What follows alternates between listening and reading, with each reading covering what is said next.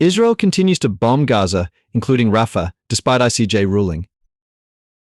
Dozens of Palestinians killed across the besieged territory as Israeli forces hit multiple targets from north to south. Israel has continued its relentless attacks on Rafah despite the International Court of Justice ICJ ordering it to put an end to the military operation there, and multiple deaths were reported from central and northern Gaza, which have been subjected to renewed attacks. The Shabra camp and areas close to the Kuwaiti hospital in Rafah on Saturday were targeted. Al Jazeera's Hani Mahmoud, reporting from Deir el-Balah, said, "Several people who have been injured in the bombardment have been transferred to the hospital," he said.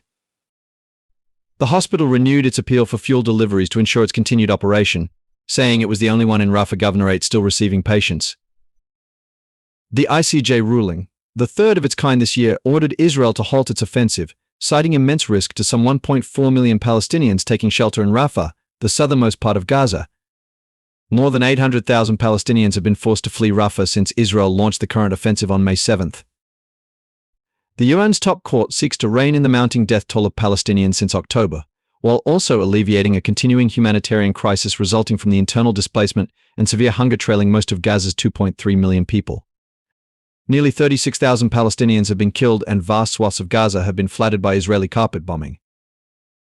Israel gave no indication it was preparing to change course, with Prime Minister Benjamin Netanyahu criticizing the ICJ ruling, calling the charges of genocide brought by South Africa as false, outrageous and morally repugnant.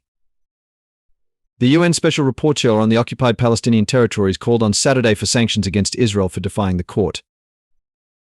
"Be sure Israel will not stop this madness until we make it stop. Member states must impose sanctions, arms embargo and suspend diplomatic political relations with Israel till it ceases its assault," Francesca Albanese posted on X. Stepped up attacks in northern Gaza. Israel also hit a school sheltering displaced people in Gaza's Saftawi neighborhood in Jabalia refugee camp in northern Gaza, according to Al Jazeera journalists on the ground, citing medical sources.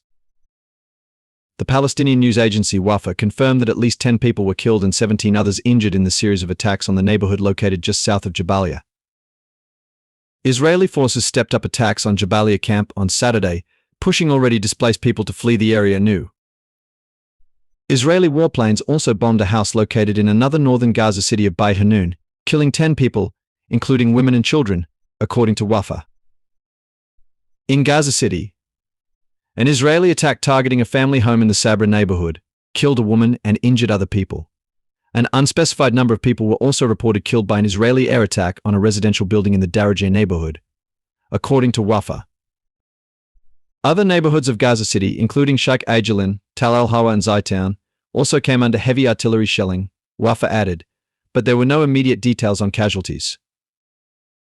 As casualties continue to mount in northern Gaza, Israeli troops continue to surround Kamal Adwan Hospital, according to Dr. Hussam Abu Safia, the head of the pediatrics department.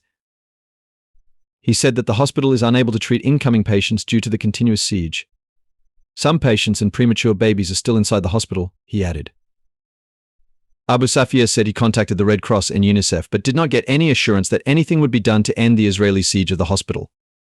Deaths in Wadi Gaza. Meanwhile, Israeli quadcopters also fired on Palestinians congregating in Wadi Gaza, killing at least 6 people, according to Al Jazeera's Mahmoud. Palestinians desperate for aid often gather in Wadi Gaza to try and reach aid trucks coming from the floating pier near Gaza City. Part of the floating pier built by the US has been washed away, according to videos shared on social media on Saturday. Also in central Gaza, an Israeli air attack on an apartment building in the Nuseirat refugee camp in central Gaza killed at least 4 people. Israeli troops also took over the Palestinian side of the Rafah border crossing with Egypt, further slowing sporadic deliveries of aid for Gaza's 2.3 million people. Earlier this week, the UN Refugee Agency for Palestinians UNRWA announced it would suspend food distribution in Rafah, citing a lack of supplies and the lack of security in the densely populated city. On Friday, UN humanitarian chief Martin Griffiths said on social media site X that the situation had reached a moment of clarity. At a time when the people of Gaza are staring down famine, it is more critical than ever to heed the calls made over the last 7 months: release the hostages. Agree a ceasefire. End this nightmare.